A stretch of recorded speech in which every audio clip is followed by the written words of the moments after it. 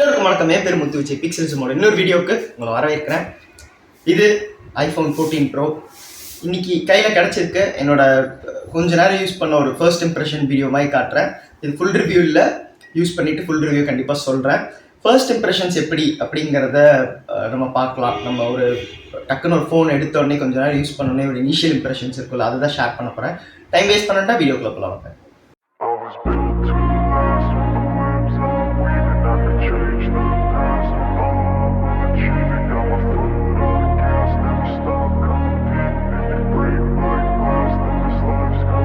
I wanna be the best in the game, invest in my name, check no restraints, I'm obsessed with the pain, I ingest, I retain, assess and I change, possessed by the thought. First build குவாலிட்டிலேருந்து start பண்ணலாம்.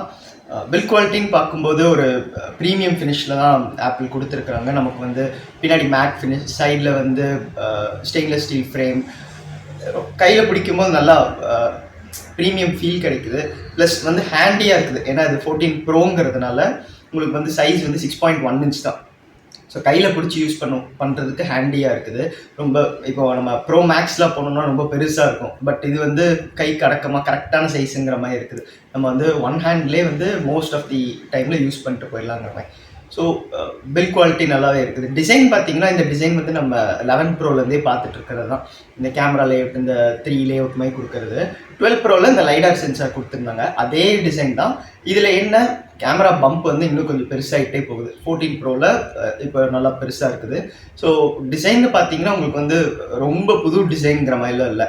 But உங்களுக்கு எங்கே புது டிசைன்னா இந்த dynamic ஐலண்டில் தான்.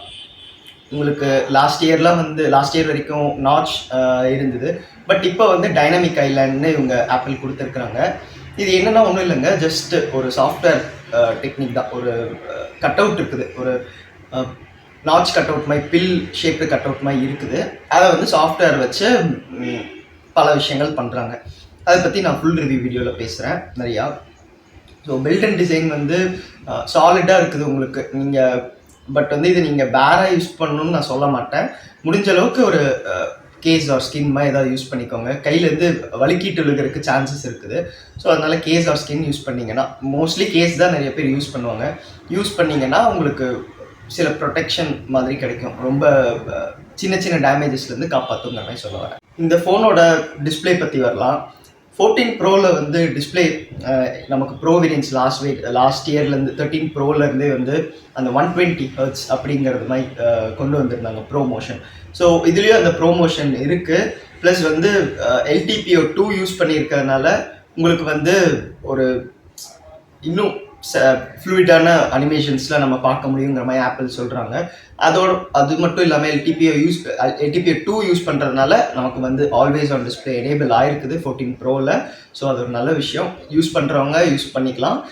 Battery life எப்படி இருக்குங்கிறத பற்றி நான் அது ஃபுல் ரிவ்யூவில் சொல்கிறேன். ஆல்வேஸ் ஆன் டிஸ்பிளே யூஸ் பண்ணால். அண்ட் டிஸ்பிளேயோட பிரைட்னஸ் வந்து 2000 nits வரைக்கும் போகுங்க. பீக் பிரைட்னஸ் வந்து HDR பார்க்கும்போது நமக்கு சில ஸ்பாட்ஸில் 2000 nits வரைக்கும் பிரைட்னஸ் போகும்.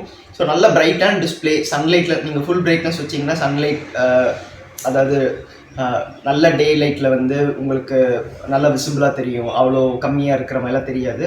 ஸோ ஒரு ஃப்ளாக்ஷிப் ஃபோனில் ஃப்ளாக்ஷிப் டிஸ்பிளே எப்படி இருக்கணுமோ அந்த மாதிரி இருக்குது. ஓலெட்டுங்கிறனால கலர்ஸ்லாம் வந்து நல்லா இருக்குது. நமக்கு அந்த கான்ட்ராஸ்ட் ரேஷியோ, அது மட்டும் இல்லை, ஆப்பிள் வந்து நமக்கு கான்ட்ராஸ்ட் ரேஷியோ நல்லாவே கொடுத்துருப்பாங்க. 11 ப்ரோலேயே சூப்பர் ரெட்டினா HDR டிஸ்பிளேன்னு யூஸ் பண்ணியிருந்தாங்க. ஸோ வந்து கான்ட்ராஸ்ட் ரேஷியோ வந்து இதுலேயும் அதே மாதிரி நல்லா இருக்குது. கலர்ஸ் நல்லா இருக்குது. ஓலெட்டுங்கிறனால பிளாக்ஸ் வந்து நல்லா டீப்பாக இருக்குங்கிறனால அதனால தான் நான் அந்த ஆல்வேஸ் ஆன் டிஸ்பிளே பற்றி சொன்னேன். பிளாக்ஸ் நல்லா இருக்குது. ஓவராலாக டிஸ்பிளே யூஸ் பண்ணும்போது அந்த பேனல் குவாலிட்டி ரொம்பவே நல்லா இருக்குன்னு சொல்லலாம். இதில் A16 பயோனிக் ப்ராசஸர் கொடுத்துருக்குறாங்க. A16ங்கிறது நல்ல பவர்ஃபுல்லான ப்ராசஸர் நமக்கு தெரியும். பட் வந்து இது ஒரு ஆண்ட்ராய்ட் கூட கம்பேர் பண்ணும்போது நமக்கு வந்து இப்போது லேட்டஸ்ட்டாக இருக்க 8+ Gen 2வே வந்து தோக்கடிக்கும். CPU ஸ்கோர்ஸில் சொல்கிறேன். GPU வந்து மேட்ச் பண்ணும். பட் நீங்கள் வந்து ஒரு கேமிங் ஃபோன் மாதிரி கன்சிடர் பண்ணுறீங்கன்னா GPUவில் வந்து ஐஃபோன் வந்து கொஞ்சம் கம்மியாக இருக்கும். ஏன்னா வந்து இது கேமிங் ஃபோனுங்கிற மாதிரி இல்லை. இது வந்து நார்மலாக ஒரு மல்டி டாஸ்கிங், ஹெவி யூஸ் பண்ணுறீங்க, ப்ரொடக்டிவிட்டி டைப் மாதிரி. ஃபோன்லேயே வந்து வீடியோஸ் நிறையா ஷூட் பண்ணுறீங்க, ஃபோன்லேயே சின்ன சின்ன எடிட்ஸ் பண்ணுறீங்க, அந்த மாதிரி விஷயங்களுக்கு ஐஃபோன் வந்து பெஸ்ட்டாக இருக்கும். ஸோ பர்ஃபார்மன்ஸ் பற்றி சொல்லணும்னா A16 பயோனிக் நல்லா தான் இருக்குது. பட் உங்களுக்கு ஜிபியூன்னு பார்க்கும்போது நீங்கள் ஒரு கேமிங் ஃபோன்னு பார்த்து இதை வாங்குறீங்க. கேம்ஸ் விளையாட முடியாதுன்னு சொல்லலை. பட் ஒரு கேமிங் ஃபோன்னு இதை வந்து கன்சிடர் பண்ணக்கூடாதுங்கிற மாதிரி சொல்கிறேன். பட் ஓவராலாக A16 பயோனிக்குங்கும் போது உங்களுக்கு எந்த குறையும் இல்லை. இது வந்து ஃபியூச்சர் ப்ரூஃபிங் சிப்செட் தான். ஸோ இன்னொரு 3 வருஷம் கழிச்சுனாலும் இதே பர்ஃபார்மன்ஸ் வந்து இந்த 14 ப்ரோவில் எதிர்பார்க்க முடியும். ஐஃபோனில் கேமராஸுங்கிறது தான் வந்து மேஜர் இம்பார்ட்டன்ஸ் வரும். ஸோ கேமராஸ் பற்றி நான் ஒரு சின்ன ஸ்பெசிஃபிகேஷன் மட்டும் சொல்கிறேன். பட் கேமரா சாம்பிள்ஸ் நான் இந்த வீடியோவில் உங்களுக்கு காட்ட போகிறதில்ல. ஃபுல் ரிவ்யூவில் தெளிவாக கேமரா சாம்பிள்ஸ் பற்றி பேசலாம். இதில் வந்து ஐஃபோன் வந்து ஒரு 48 மெகா பிக்சல் கேமரா கொடுத்துருக்குறாங்க. ரொம்ப வருஷத்துக்கு அப்புறம் ஒரு அப்கிரேட் கொடுத்துருக்காங்க. ஸோ ஒரு 48 megapixel main camera, 12 megapixel ultrawide, 12 megapixel telephoto, ஃப்ரண்ட்லேயே ஒரு 12 megapixel selfie camera. So வந்து உங்களுக்கு கேமரா குவாலிட்டி எப்படி இருக்குங்கிறது எல்லாருக்குமே தெரியும். ஐஃபோன் கேமரா குவாலிட்டி நல்லா தான் இருக்கும். பட் நான் தெளிவாக ஃபுல் ரிவ்யூவில் கேமரா சாம்பிள்ஸில் வச்சு காட்டுறேன். பேட்டரி லைஃப்னு பார்த்தீங்கன்னா இதில் வந்து நமக்கு 13 ப்ரோவோட கொஞ்சம் பேட்டரி சைஸ் கம்மியாக இருக்குங்கிற மாதிரி இருக்குது. ஸோ இனிஷியல் இம்ப்ரெஷன்ஸுங்கிறதுனால பேட்டரி லைஃப் வந்து நான் எக்ஸ்பெக்ட் பண்ணுறது அரௌண்ட் 7 ஹவர்ஸுங்கிற மாதிரி எக்ஸ்பெக்ட் பண்ணுறேன். ஒரு 120 Hz AMOLED டிஸ்பிளே எல்லா கணக்கில் வச்சு பார்க்கும்போது ஒரு 7 ஹவர்ஸுங்கிற மாதிரி வரும்னு எக்ஸ்பெக்ட் பண்ணுறேன். ஏன்னா 13 ப்ரோ வந்து சாலிடாக 8 ஹவர்ஸ் கிட்ட வந்தது. அதை விட கொஞ்சம் பேட்டரி லைஃப் கம்மினா மேபி ஒரு 7 ஹவர்ஸ் வர்ற மாதிரி எக்ஸ்பெக்ட் பண்ணுறேன். பட் 7 ஹவர்ஸ்ன்னு வந்தாலே ரொம்ப நல்ல விஷயம்தான். ஏன்னா ஒரு 6.1 inch சைஸ் ஃபோனுக்கு 7 மணி நேரம் ஸ்க்ரீன் ஆன் டைம் கிடைக்கிறதுங்கிறது நல்ல விஷயம்தான். ஸோ பேட்டரி லைஃப் பற்றி நான் ஃபுல் ரிவ்யூவில் சொல்கிறேன். சார்ஜிங்னு பார்த்தீங்கன்னா 20 வாட்ஸ் வந்து நமக்கு இன்னும் லைட்னிங் போர்ட் தான் இருக்குது, USB-C வரல. மேபி 15 ப்ரோவில் எக்ஸ்பெக்ட் பண்ணலாம். 20 வாட்ஸ் வரைக்கும் சப்போர்ட் இருக்குது. பட் சார்ஜர் வந்து பாக்ஸில் இல்லை. 20 வாட்ஸ் வரைக்கும் சப்போர்ட் இருக்குது. 27 வரைக்கும் ஆக்சுவலி நீங்கள் போகலாம். பட் அஃபிஷியலாக நம்ம வந்து 20 வாட்ஸ் தான் நிறைய பேர் யூஸ் பண்ணுவாங்க. 27 வாட்ஸ் வரைக்கும் சப்போர்ட் இருக்குது, நம்ம இன்டர்நெட்டில் நிறையா பார்த்துருக்கோம்.